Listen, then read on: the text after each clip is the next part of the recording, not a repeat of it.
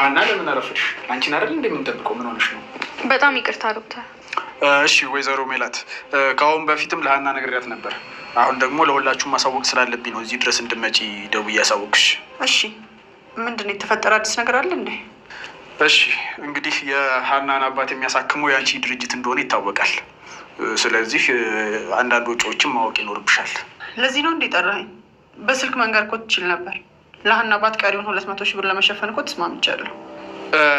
በእርግጥ የገንዘቡ መጠን አሁን አንቺ የገለጽሽው አይነት አይደለም። ኦልሞስት ወደ 800 ሺህ አካባቢ ደርሷል። ከዚህ ውስጥ ደግሞ የአንቺ ድርጅት 75% ነው የሚሸፍነው። ያ ማለት ደግሞ ወደ 600 ሺህ አካባቢ ማለት ነው። ምን? እንዴት? እማዬ ተረጋጊ እንጂ። ምኑን ተረጋጋሁት? አንቺ ልጅ ዘረፋ ነው እንዲያልሺው? 200 ሺህ ብር ብለሽ ቃል አስገብተሽ እንዴት ነው እንደዚህ የምታደርጊው? እትዬ በጣም ይቅርታ፣ እኔ እንደዚህ እንደሆነ አላወቅኩም ነበር። አሁንም ቢሆን ሂሳቡ እንዴት እንደዚህ እንደደረሰ አልገባኝም።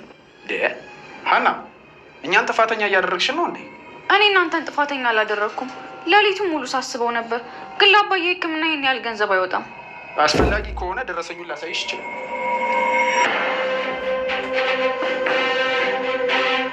ምን ነው እንጂ ቅጥፈትሽ በዛ። እንዳለ የወሰድሽው መድኃኒት እኮ ደረሰኙ ላይ አለ።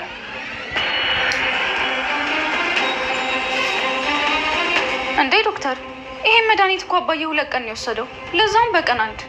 ኧረ እባክሽ እውነት በአንቺ ቤት ሰው ማታለልሽ ነው አይደለም? እትዬ አባዬ ይሄን መድኃኒት 2 ቀን ብቻ እኮ ነው የወሰደው። ግን እዚህ ጋር የተጻፈው ለ15 ቀን ለዛውም በ6 ሰዓት ልዩነት ተብሎ ነው። ስለዚህ ለአባትሽ የታዘዘውን መድኃኒት እያወጣሽ ተሸጪ ነበር ማለት ነው። እኔ እንደዛ አይነት ሰው አይደለሁም።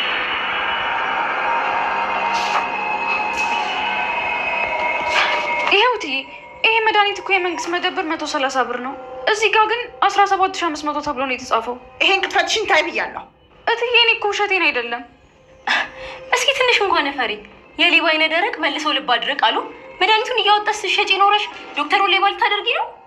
እትዬ እኔ እንደዛ አይነት ሰው እንዳልሆንኩ። ሰላም ለእናንተ የሆኑ ውድ ቤተሰቦቻችን፣ በያላችሁበት ሰላማችሁ ይብዛ። ኖላዊ ድራማ ይዘንላችሁ መተናል። ቪዲዮን ሰብስክራይብ፣ ላይክ በማድረግ ጀምሮ አበረታቱን። አዲስ ቻናል ነው እና በዛሬው ክፍል እንደምንመለከተው ምናሴ ከትምህርት ቤት መጥቶ የናፈቁትን አያቶችን አግኝቶ በጣም ደስ ብሎ ሰላም እያላቸው ነበር። ትምህርት ቤት ስለነበረ አላገኛቸውም ማለት ነው። እሳቸው ከመጡ ቆይተዋል እና እሳቸውን ሰላም ብሎ በጣም አደክ ጎረመስክ እያሉ እየተገረሙበት ነበረ። እና በዛሬው ክፍል ደግሞ ሀኒቾ በጣም አጣብቂኝ ችግር ውስጥ ገብታለች። እናም ይህን ችግሯን ለጆሮ ስለነገረችው ጆሮም ዶክተሩን ለማናገር ፈልጎ ነበርና ከቢሮ ሂዶ ሲያናግረው እናንተ ምን አስጨነቃችሁ? ምንድነው የሚያንገበግባችሁ? የምትከፍለው ወይዘሮ ሜላት በድርጅቷ በኩል ከሆነች እናንተ ምንድነው ምናምን ስላለ ስለነቃበት ጆሮ ስለነቃበት ውጣልኝ ብሎ እንግዲህ አባሮ ከቢሮ አባሮታል ማለት ነው። እና እሱም ግን እንተያያለን ብሎ ነቅቶበታል። ከዛም ዶክተሩ ወደ አባባ ኖላዊ ሄዶ እሳቸውን ቼክ ሲያደርግ ጆሮ መጣ ማለት ነው። እና ሲያየው ተደናገጠ ማለት መናገር ፈልጎ ነበር። ያው ለአባባ ኖላዊ ለጤንነታቸው ሲባል ምንም አልተናገረችም። ነገር ግን ሊያዋረው ፈልጎ እያለ አስቀይሶ እንግዲህ አስወጥቶታል ማለት ነው ያሲር። እና አባባ ኖላዊም ምንድነው ጆሮ ላይ የቆምክበት የሆነ የደበከው ነገር አለ ብሎ ምንም አይደለም ብሎ አረሳሳና ወይዘሮ ሜላትን እና እንግዲህ እርግብን ጠርቶ ሀኒቾም ሆነው አብረው እያናገራቸው ነበርና ያለውን ነገር ሁሉንም ነገረ። 200 ሺህ ብር እንደሚከፈል ነው ወይዘሮ ሜላትም የምታውቀው። ነገር ግን እሱ ዶክተሩ እኔ እንጃ ማን እንዳዘዘው ማን እንደላከው አይታወቅም። በጣም አጭበርብሮ እንግዲህ 400 ሺህ ብር ነው ማለት ነው ያጭበረበረው። እና ከዚህ እጅ ወይ ወይዘሮ ባዩሽ እጅ ነው ያለበት ወይ ደግሞ የእርግብ ነው። ሀኒቾን ስለምትጣላት እንደምታጠቃት ባለፈው ስለዛተች ምናልባት እሷን ለመበቀል ነው እዚህ ውስጥ የገባችው። እና 100 ብር የሚሸጥ መድኃኒት 17-18 ሺህ ብር በስሟ ተገዝቷል። እና ያንን ስትሰማ ደግሞ ወይዘሮ ባዩሽ እንደተለመደው ደነፋችባት። ሀኒቾ አንቺ ድሮም ለማጭበርበር ነው እንደዚህ ያደረግሽን ያምኘሽ ነበር እያለች ጭራሽ ለመስማትም ለማየትም ፈቃደኛ አይደለችም። የሆነ ስህተት ካገኘች ቶሎ ብላ ለመፍረድ ነው። እዚህ ጋር ግን በጣም ተጋነነ። ሰው ቢያንስ የተወሰነ ምክንያት አይሆንም እንዴ? ሰው ሲጠላም እኮ በምክንያት ነው። ወይዘሮ ሜላት ግን ዝም ብላ ያለ ምክንያት የሆነ ነገር ስትላት ራሱ ምክንያት ራሱ የላትም። ሀኒን ለመጥላት ምንም አይነት ምክንያት የላትም ብላ ነው የምትደነፋው። እና እሷም ለመስማት ፈቃደኛ አይደለችም። በጣም ተናዳ ነው ወደ ቤት የሄደችው። ሂዳም ያው እየተናደደች እያለ ለማናገር ሞክረዋል። ሁሉም እየገባ ሰላም ራሱ እየገብታ ስትናደድ ስላየቻት ምን ሆነሽ ነው ምናምን ብትላት ተይኝ እባክሽ እንደዚህ መጫወቻ ሁኛለሁ አለች። ከዛ ልትነግራት ፈቃደኛ አይደለችም ለሰላም ራሱ። እናም ሰላም አመናጭቃ ውጭ ላይ ስትላት ይወጣልሻል ብላ ተናዳ ወጣችና ሀኒቾን ሄዳ ጠየቀቻት። ሀኒቾም ኪችን ነበረች። ያው በጣም ፈርታለች። መምጣት ራሱ ፈቃደኛ አልነበርኩም፣ ነገር ግን ለማናገር እሷን ምናልባት እድሉን ባገኝ ነው ብዬ ብላ ነው የመጣችው ወደ ስራ ራሱ። እና ፈተናዋ በዛ ስታሳዝን፣ ደግነቱ ሰላምና ምናሴ ያረዳታልና ያለውን ነገር ስትነግራተኝ ሰላም ወዲያው ነው ያመነቻት። እና መፍትሄ ለመፈለግ እንግዲህ ወደ ሆስፒታል ሄዳ አሲርን አናገረችው። እሱ ምን ያላት እንደዛ ነው የሆነ ያጭበረበረው ነገር አለ እንጂ ሌላ ቦታ ስለ ሕክምናው ወጪ ሲጠየቅ ተመሳሳይ ገንዘብ 400 ሺህ ብር ነው የተባለና የተሰራ ነገር ስላለው ያው እንግዲህ ምናልባት ሰላም እናቷን አሳምና እውነታው ይወጣል ማለት ነው። ማን እንደዚህ አይነት ስህተት እንደሰራ ጭራሽ በሕክምና በኩል በጣም ከባድ ነው። በዛም እንግዲህ እርግብ ስላየች ሁሉም ነገር እዛ ቁማ ስለነበር ስላየች በጣም ደስ ብሏታል። ከዚህ በላይ የበለጠ አረግሻለሁ አንቺ ጠግበሻል እያለቻት ነበር ሀኒቾን።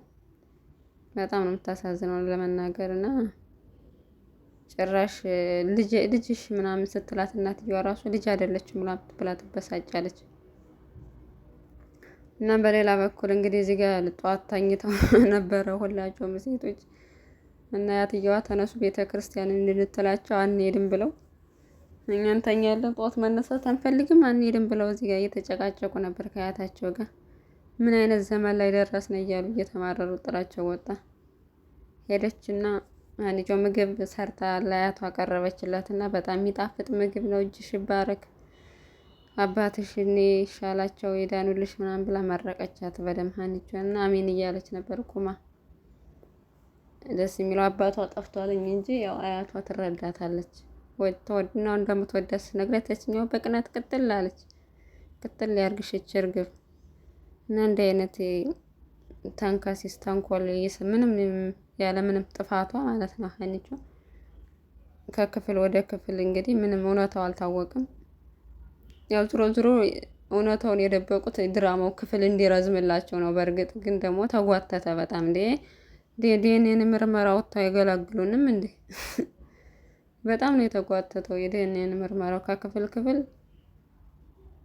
ግልጽ አልሆነም እና ተመሳሳይ ሂደት ሆነ ድራማው። ተመሳሳይ የሆነ አዲስ በየክፍሉ አዳዲስ ነገር አሁን ላይ እያረጉልን አይደለም እና ምናልባት ውጤቱ ታውቆ ቁርጡን ብታቅና ከዛ በኋላ ወይዘሮ ሜላትም ተጸጽታ ሀኒቾ እግር ላይ ድፍት ብላ ልጄ ይቅር በይኝ፣ እንደዛ የተቆጣውሽ፣ እንደዛ ሌባ ያልኩሽ፣ እንደዛ ሰራተኛ ከሰራተኛም በታች ነው እንጂ ያረገች አስጨራሽ እንደዛ ያደረኩሽ አንገላታውሽ ልጄ ነሽና ይቅር በይኝ ብላ እስከምትደፋ እንጠብቃለን ማለት ነው። እነዚህ ወይዘሮ ባይሹም እርግጠኛ ነኝ በጀርባውና ነው ይሄ ከዶክተሩ ጋር ተመሳጥራ እንደዚህ አይነት ስህተት የምትሰራው። ጭራሽ መድኃኒት ሁሉ እየገዙ በስሟ እስከ 17 እስከ 18 ሺህ ብር የሚያረጉት ማለት ነው። እና ከጀርባው ነው እነሱ ነው ይህን ስራ የሚሰሩት እርግጠኛ ነኝ። እውነቱ ሲታወቅ ጉድሽ ይፈላል አዳሜ።